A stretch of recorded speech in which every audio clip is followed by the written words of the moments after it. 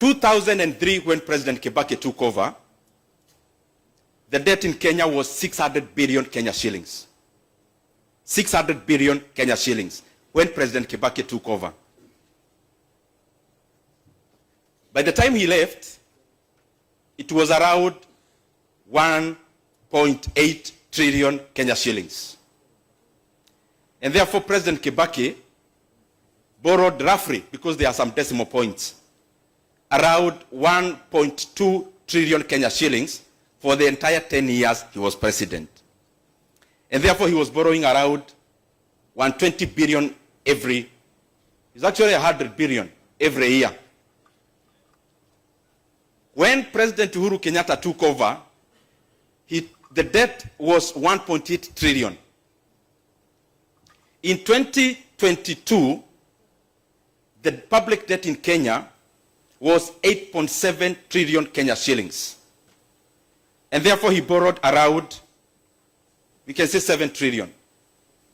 So in every year, he was borrowing roughly 700 billion shillings. There is a reason I'm giving these figures. The current administration, when it took over, the debt was 8.7 trillion Kenya shillings. Now, as we talk with you today, the legal debts, because there are others which I'll talk about, the legal debt is 12.5 trillion Kenya shillings. And therefore, in that span of less than 3 years, Kenya has borrowed 3.8 trillion Kenya shillings. And therefore, Kenya is borrowing 1.25 trillion Kenya shillings every year. And therefore, the money Kibaki borrowed in 10 years, we are borrowing every year.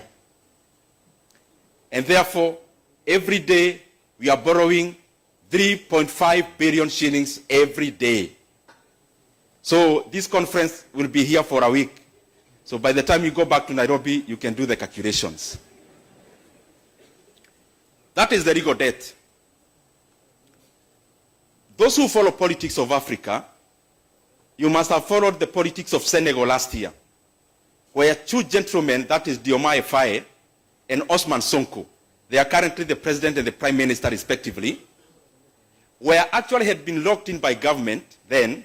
They campaigned for only 10 days and won. Only 10 days. Because people were fed up that time. Upon assuming office in Senegal last year, they realized that the government of President Macky Sall in Senegal had borrowed between 7 to 13 billion US dollars of the book. What is of the book? There is a register the DG, the National Treasury, is referring to. That is the one when you go to the Central Bank of Kenya and all the government data, you'll get to see how much is the debt in Kenya. That was the same book they thought was legitimate in Senegal then. Upon assuming office, they realized there were some debts baptized in other names. You can call it securitization, you can call it revenue-backed board, you can call it asset-backed board. In Kenya, they have names. One is called securitization of road maintenance levy fund. The other one is called Talanta board. The other one is many others. So they realized there was 13 billion US dollars borrowed off the book. As we talk today, the duo that was very popular in Senegal last year, just wait in the next few months. Actually, issues have already started. Why? Because it is important for a country to maintain one book of debt. And I've been talking about this issue because of the enormity of its importance. Kenya must stop borrowing off the book. Beyond the reported debt of 12.5 trillion, Kenya has already borrowed an illegal debt of 175 billion shillings, where they have gone to the banks, taken a loan of 175 billion, and then they are telling the banks they'll be collecting the fuel levy for the next 7 years.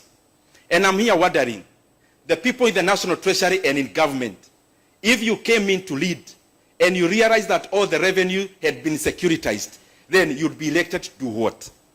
So that's one. Second is called Talanta board. The Talanta stadium you see, the cost is 45 billion in present value. But it is important for Kenyans to know that Kenya actually took a loan of the book of 45 billion shillings. And do you know what? Now, we'll be servicing that debt using sports fund. Every month, 500 million shillings. In 15 years, a debt of 45 billion shillings, Kenya will pay an interest rate of 100 billion Kenya shillings. And therefore, the cost of the Talanta Stadium in Nairobi, the one you see on Gong Road, is not 45 billion. It is the most expensive stadium in the world. It will be 145 billion in the next 15 years. So I've been requesting the people who are dealing with our debt, no one anakuzuia kukopa, but please let us maintain, as we have done in the past, only one book of debt.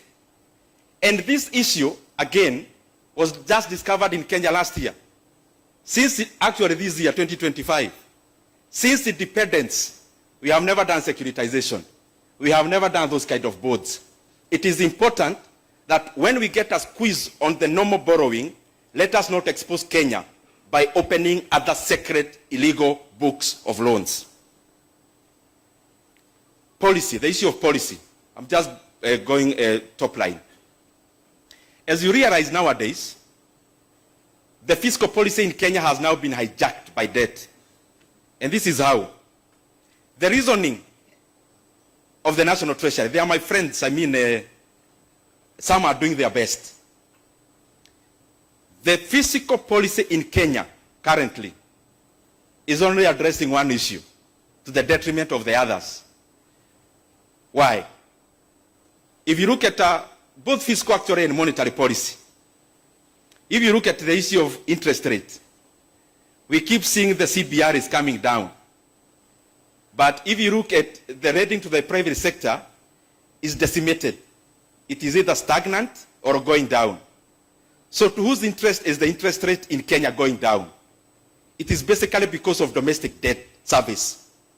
And that is why you see now the composition of debt in Kenya, and everything has ramifications. Previously, we are 50-50, that is domestic and foreign. But over time, we are now past 60 domestic. Why? Because Kenya does not want to be accountable to the external lenders. And you can see the trend. If IMF asks questions, what is our response as Kenya? We come to crowd out businesses in terms of credit in our banks. So we borrow internally. So in Kenya, the banking sector is making every year a return in terms of growth in profit, but it's not in tandem with the productive sectors of the economy, because the government is dominant in lending, in borrowing. In the economic classes, we used to be told the work of government is to release money to the economy, either through banks, through fiscal policy. Now we have inverted.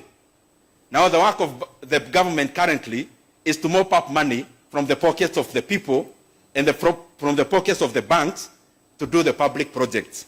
But you're only transferring farm and consumer, farm and individual consumption to public consumption. Sorry, I just said I'll be doing the highlights. If you look at the exchange rate in Kenya, the exchange rate in Kenya is currently misaligned by around 12 to 18%. Misaligned in the favor of the Kenya shillings. Why? Because of the service of external debt. But what is the ramification of that? What is the ramification of having a misaligned currency, a stronger one?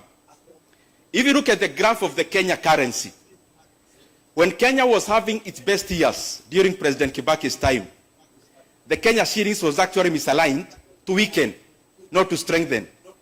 Because when you strengthen the local currency, what are you basically doing?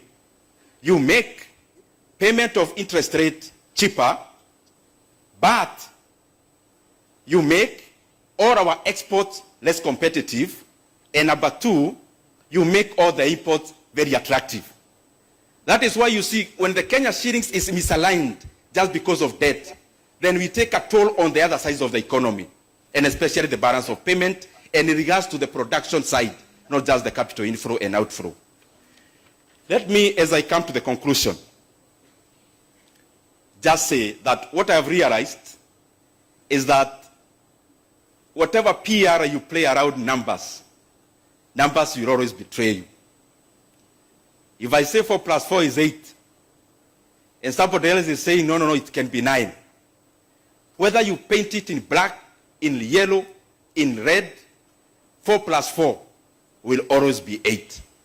And this is the reason I'm saying that. Beyond the paintings we are doing around how we are managing debt, how we want to do this, and how we've been doing this, numbers and figures always summarize stories. Numbers and figures always summarize narratives. Now, let me go back to the same regimes I talked about so that you compare by yourself. And you tell whether the policies now, the fiscal policy, because everything is boiling down to debt, is working or not. And I'll use the figure that encompasses everything, which is the GDP growth. GDP growth takes care of exchange rate, balance of payment, everything else. President Mwai Kibaki took over the economy of Kenya when the GDP in Kenya was 19 billion US dollars. By the time he left, I'll actually give 3 years just to accommodate everyone, because currently we are in our 3rd year. 19 billion US dollar was the economy of Kenya when President Kibaki took over in 2002, 2003. In his first 3 years, up to 2005, the GDP of Kenya was 26 billion US dollars. And therefore the growth in 3 years was 36%, just taking this and use at the base. It was 36%. When President Uhuru took over in 2013, the GDP of Kenya was 61 billion US dollars. In his first 3 years, the GDP of Kenya was 74 billion US dollars. And therefore the economy of Kenya by then grew by 21% in 3 years. Now, the current administration took over when the GDP of Kenya in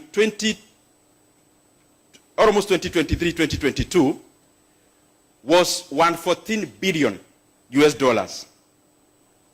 We are projecting the economy of Kenya to be 131. We are not already there because it's by the end of the year. But the projection by the end of the year, it will be 131 billion US dollars. So if you do the math in dollar terms, that is 14.9%. Now, all of us, most of us here, did NEC exams, which was out of 100. And for you to do CPA, I think most of you got A's in many things. So for us to come closer home and NEC, let's multiply by 2 so that we see. Because our mentality is NEC, even me. I mean, everything I mark is about NEC. So if you times by 2, that is by 2, that comes to around 72%. In NEC, what is grade is that? What is 72% in NEC? Nisaidieni tafadhali, nyinyi watu wa CPA. What is 72% in NEC? Anyone who did a NEC exam lately? Especially this is a KCP, KCSE. I think over time it was an A or something. Now, 21 times 2 is 42%. What is 42% in terms of NEC? That is, after Kibaki, that's the one that was following. Currently, after 3 years, it is 14.9%. What is 14.9% times 2? It is what? No, first say the number before you say the grade. 14.9% times 2 is what? 29.8, is it? What grade is it in NEC? What grade? Are those my figures? You can go to KNBS, CBK. I have used government data. Let me also come back home as I finish. Regionally. And these things I'm saying them because we need to be frank about our country so that we know where do we get from where we are. In the year 2024, In the year 2024, Kenya grew by 4.7%. I have tried to take many sources and average them. World Bank, UNDP, Kenyan figures, and average them. So the Kenyan GDP grew by 4.7% last year. How did our neighbors fare? Uganda grew by 6%. Tanzania, I have actually taken all the sources and averaged. Tanzania grew by around 6.1%. Rwanda grew by over 8%. So I am talking about this so that Ethiopia grew by around 7%.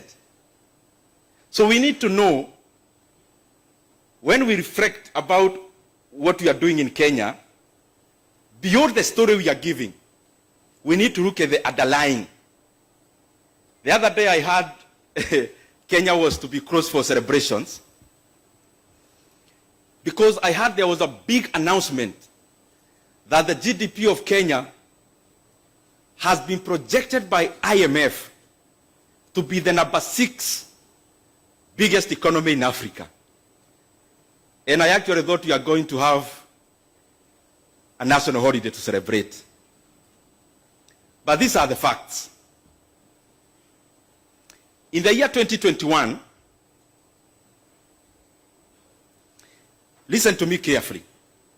In the year 2021, the GDP of Kenya was 109.88 billion US dollars. I'll give in dollar terms because even that celebration was in dollar terms.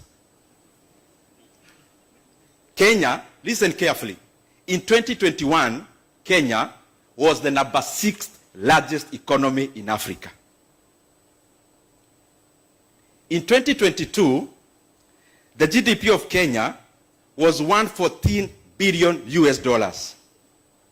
In 2022, during election year, Kenya was the number 6th largest economy in Africa. In 2023, we already had a new government by then. Out of the mismanagement of the currency, in dollar terms, the economy of Kenya went to 109 billion US dollars in 2023. That is the point where Kenya became number 7 after being overtaken by Ethiopia. In 2024, the economy of Kenya persisted to be number 7 in the world at around 120 billion US dollars. So this year, we are now coming to number 6 again. You know, a guy who can come, demolish your permanent house in a village, demolish deliberately.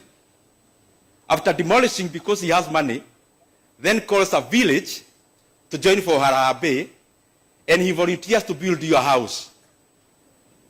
But instead of building the Mawe house you had, the permanent one, he builds you a Mabati house, and he wants the whole village to hail them as a very benevolent leader. Because Kenya was number 6 largest economy in 2021, in 2022, so returning it to where it was, is that a cause of celebration? Thank you, thank you. Thank you very much. Can I get a minute? Omolo? Yes, yes. Yes. And that is the reason why Omolo,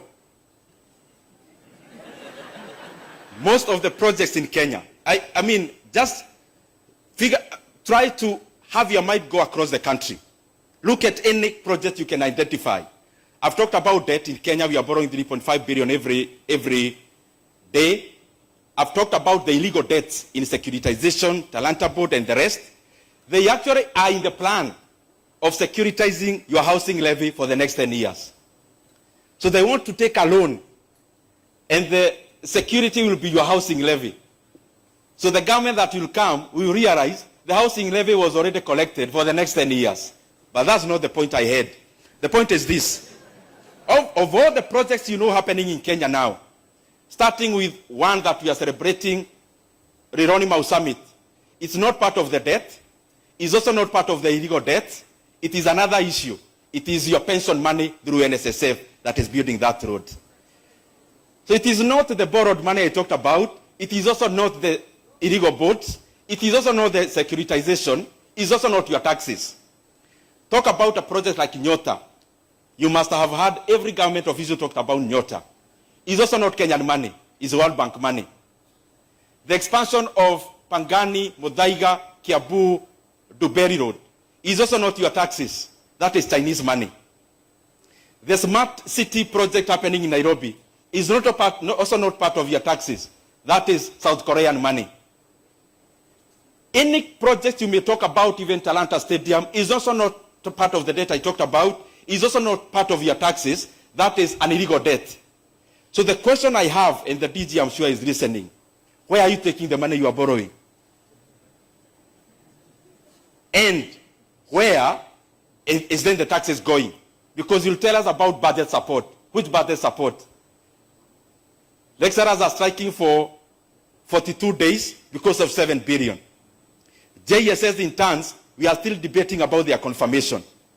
Capitation, the government now wants to reduce school fees for the scholars, capitation for the scholars, and the parents in Kenya will be paying over 20,000 shillings for day school from January, according to the circular that was sent by government this term. Thank you very much. Thank you, thank you.